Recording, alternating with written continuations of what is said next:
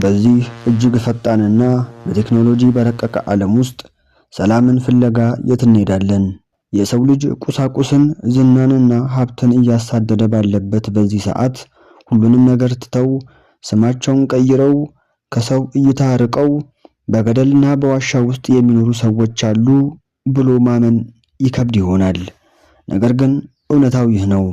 ዓለም በራሷ ሁከት ስትናወጥ እነሱ ግን በጸጥታ በረሃዎች ውስጥ ለዓለም ሰላም ይማጸናሉ። ዛሬ በዚህ ቪዲዮ ብዙዎቻችን ሰምተናቸው የማናቃቸውን የታሪክ መዛግብት እንኳ ደፍረው ያልደረሱባቸውን የሚስጥራዊ ገዳማትና በበረሃ የተሰወሩትን ታላላቅ አባቶች አስደናቂ ሕይወት እንቃኛለን። እስከ ቪዲዮ መጨረሻ ድረስ አብራችሁን ቆዩ። ምክንያቱም የዛሬው ጉዟችን ውስጣችሁን ሙሉ በሙሉ የሚቀይር ነው።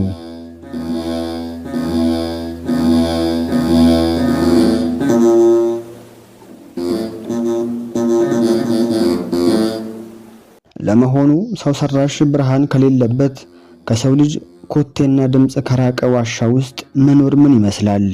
ገዳማዊ ሕይወት እንዲሁ ከሰዎች መሸሽ አይደለም፣ ወይም ደግሞ ከከተማ ይልቁንም ራስን ፍጹም አሳልፎ ለእግዚአብሔር የመስጠት የነፍስን ረቂቅ ምስጢር የመፈለግ ታላቅ ጉዞ እንጂ። ገዳማዊ ሕይወት በፈተና ውስጥ መጽናትና መታገስን ብቻ ሳይሆን በመከራ ውስጥ እስከ ሞት መኖርን ይጠይቃል። ዓለምን ንቆ የመጣ ማንኛውም መናኝ ሌሊቱን ለጸሎት፣ ጉልበቱን ለስግደትና ለተለያዩ ሥራዎች ሕይወቱን ለክርስቶስ ሊሰጥ ግድ ይለዋል።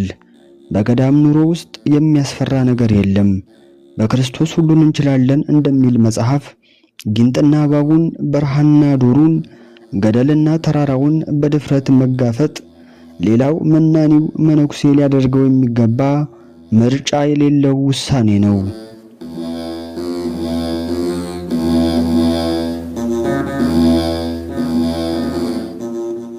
በዓለማችን ላይ ያሉ ገዳማት አብዛኞቹ በጣም አስፈሪ በሆነ ገደላማና ተራራዎች ላይ የተገነባ ሲሆን አብዛኞቹ ለምዕመናን አስፈሪና አስቸጋሪ ሲሆኑ ይስተዋላሉ። ከነዚህም መካከል አንደኛና ዋነኛው በትግራይ ክልል የሚገኘው ጠፍጣፋና ገደላማ ጫፍ ላይ ያለው ገዳም ደብረ ዳሞ ገዳም ነው። ወደ ገዳሙ ለመግባት ምንም አይነት ደረጃ ወይም መንገድ የለም። ጎብኚዎችና መነኮሳት ወደ ላይ ለመውጣት የሚጠቀሙት በገደሉ አናት ላይ በታሰረ የ15 ሜትር ርዝመት ባለው የቆዳ ገመድ ወይም ጅራት ላይ ተንጠልጥለው ብቻ ነው። ይህ ገደል 90 ዲግሪ ቀጥ ያለ በመሆኑ እጅግ አስፈሪና አደገኛ ያደርገዋል። ገዳሙ በ6ኛው ክፍለ ዘመን ከ9ኙ ቅዱሳን መካከል አንዱ በሆኑት በአቡነ አረጋዊ የተመሰረተ ሲሆን በኢትዮጵያ እስካሁን ድረስ ሳይፈርስ አገልግሎት እየሰጠ ያለ ጥንታዊ ሕንጻ ቤተ መቅደስ አብሮት ይገኛል። የአክሱም ዘመን የሥነ ሕንጻ ጥበብ የታየበት ሲሆን በታሪክ መዛግብት ላይ እንደተጠቀሰው አቡነ አረጋዊ ወደ ተራራው ሲወጡ ትልቅ ዘንዶ በጅራቱ ይዟቸው እንደወጣ ሲነገር ሴቶች ወደ ገዳሙ እንዳይገቡ በጥብቅ የተከለከለ ነው።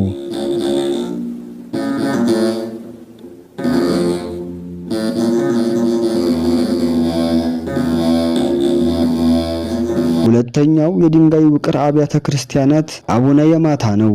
በትግራይ ክልል በገራአልታ ተራሮች ሰንሰለት ውስጥ ይገኛል። ይህ ቦታ በዓለም አቀፍ መገናኛ ብዙሃን እንደ ቢቢሲ እና ናሽናል ጂኦግራፊ ሳይቀር በዓለም ላይ እጅግ አደገኛና አስፈሪው የጸሎት ቦታ ተብሎ ተደጋግሞ ተዘግቧል።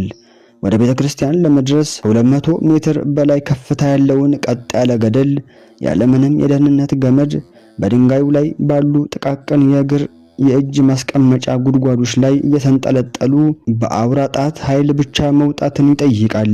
በግራና ቀኝ በኩል ያለው ገደል ጥልቀት እጅግ አስፈሪ ነው። በ5ኛው ወይም በ6ኛው ክፍለ ዘመን ከ9ኙ ቅዱሳን አንዱ በሆኑት በአቡነ የማታ የተመሰረተው ይህ ቦታ በዋሻው ውስጥ በ15ኛው ክፍለ ዘመን የተሳሉና እስካሁን ድረስ ቀለማቸው ሳይለቅ በጥራት የሚታዩ አስደናቂ የግድግዳ ላይ ስዕላትና ጥንታዊ የብራና መጻሕፍት ይገኛሉ። ሌላኛው በሶስተኛነት የምናነሳው ገዳም በአማራ ክልል ደቡብ ጎንደር ዞን ከፎገራ በስተምስራቅ ሊቦ ከምከም ወረዳ የሚገኝ እጅግ ገደላማና ሾጣጣ ተራራ ላይ የሚገኘው ዙራምባ አቡነ አረጋዊ ገዳም ነው።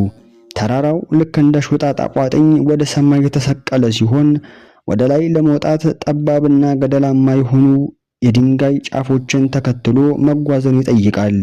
ቦታው ዙሪያውን ገደል ስለሆነ የመውደቅ አደጋ ከፍተኛ ነው። ይህ ገዳምም በአቡነ አረጋዊ እንደተመሰረተ በታሪክ ይነገራል። አቡነ አረጋዊ በደብረ ዳሞ ገዳም ለረጅም ጊዜ ከኖሩ በኋላ ወደዚህ አካባቢ መጥተው በጸሎት እንደተቀመጡበት የገዳሙ የብራና ታሪኮች ያስረዳሉ። ዙር አባ መንገለ ምስራቃ ለይት ይደብር ወበየታርክ፣ በምስራቅ በኩል ዙር በዚያ ትወጣለህ ብሏቸዋል። ገዳሙ በተለይ በብቸኝነትና በጠንካራ ገዳማዊ ስርዓት የሚኖሩ ባህታውያን የሚገኙበት ቦታ ሲሆን ጉባኤውን ቅዱስ ያሬድ ያስተምር እንደነበረም ይነገራል።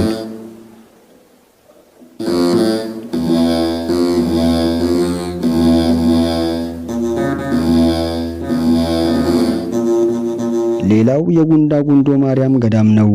በትግራይ ክልል በምስራቃዊ ዞን ኢሮብ ወረዳ ወደ አፋር ድንበር በሚወስደው እጅግ ጥልቅና ወጣ ገባ በሆነው የአጋሜ ተራሮች ገደላማ ሸለቆ ውስጥ ይገኛል። ይህ ገዳም የሚገኝበት ቦታ ተራራው ላይ ሳይሆን በግዙፍና አስፈሪ ተራሮች በተከበበ ጥልቅ ሸለቆ ውስጥ ነው። ወደ ቦታው ለመድረስ ለሰዓታት ያህል እጅግ ቁልቁለታማ ድንጋያማና አደገኛ የሆኑ የተራራ መንገዶችን በእግር መጓዝ ግድ ይላል። ከዓለም ሙሉ በሙሉ የተቆረጠ በሚመስል አስቸጋሪ መልክዓ ምድር ላይ ነው የሚገኘው። ገዳሙ በ14ኛው ክፍለ ዘመን በአባ እስጢፋኖስ ወይም የእስጢፋኖሳውያን ወይም የደቂቀ እስጢፋኖስ ንቅናቄ መሪ የተመሰረተ ነው። ይህ ገዳም በኢትዮጵያ ኦርቶዶክስ ተዋሕዶ ቤተክርስቲያን ታሪክ ውስጥ ካሉት ትላልቅ የእውቀትና የብራና መጻሕፍት ማከማቻዎች አንዱ ነው። በሺዎች የሚቆጠሩ ጥንታዊ የብራና መጻሕፍትና የወርቅ ቀለማት ያሏቸው ስዕላት የሚገኙበት ሲሆን በርካታ የውጭ ሀገር ታሪክ ተመራማሪዎች ለምሳሌ የታሪክ ምሁሩ ዶክተር ጌታቸው ኃይሌ ስለ ገዳሙ ጥንታዊ መጻሕፍትና አስቸጋሪ አቀማመጥ ሰፊ ጥናት አድርገውበታል።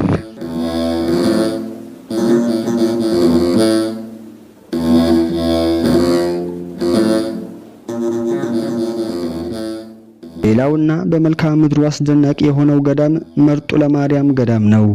በአማራ ክልል በምስራቅ ጎጃም ዞን መርጡ ለማርያም ከተማ አቅራቢያ በሚገኝ ከፍተኛ ተራራማ ቦታ ላይ ያለው ይህ ገዳም ምንም እንኳ እንደ ደብረ ዳሞ በገመድ የሚወጣ ባይሆንም ጥንታዊው የገዳሙ ክፍል የተመሰረተበትና ዙሪያውን የከበቡት ገደላማ ኮረብታዎችና የተራራ ሰንሰለቶች ለትራንስፖርት እጅግ አስቸጋሪና ገለልተኛ ያደርጉታል። ይህ ገዳም በኢትዮጵያ ታሪክ ውስጥ ካሉት እጅግ ጥንታዊ ታሪካዊ ቦታዎች አንዱ ነው። በአብርሃ ወአጽብሃ ዘመን በ4ኛው ክፍለ ዘመን እንደተመሰረተ የሚነገርለት ሲሆን በ16ኛው ክፍለ ዘመን በንግስት እሌኒ ዘመን የታነጸውና በፖርቹጋል መሐንዲሶች እገዛ የተሰራው እጅግ አስደናቂ የድንጋይ ፍርስራሽ ህንጻ ቦታው ይገኛል። በንጉስ ሱስንዮስ ዘመን የነበሩ የካቶሊክ ሚስዮናውያን እንደ ማኑኤል ኤልማዳ ያሉ ጸሐፍት በማስታወሻቸው ላይ ስለ መርጡ ለማርያም አስደናቂ ስነ ህንጻና ስልታዊ ተራራማ አቀማመጥ በሰፊው መስክረዋል።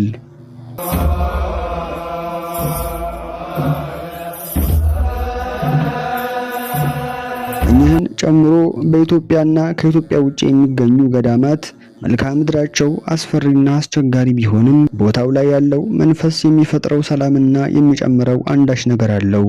ገዳማት የገዳማውያን ቢሆንም መጥተው የሚባረኩና የሚቀደሱ ምዕመናን በየጊዜው ይገኙበታል። ታዲያ ያንን በረከት ለማግኘት ከቃል ኪዳኑ ለመቋደስ እንዲሁ አልጋ ባልጋ በሆነ መንገድ አይሆንም። ተራራና ገደል፣ ጫካና አለት፣ ፀሐይና ጥም፣ ሌሎችንም አስቸጋሪ ፈተናዎች ማለፍ ግድ ይላል። ምክንያቱም መንግስተ ሰማይም እንደዚሁ ናትና።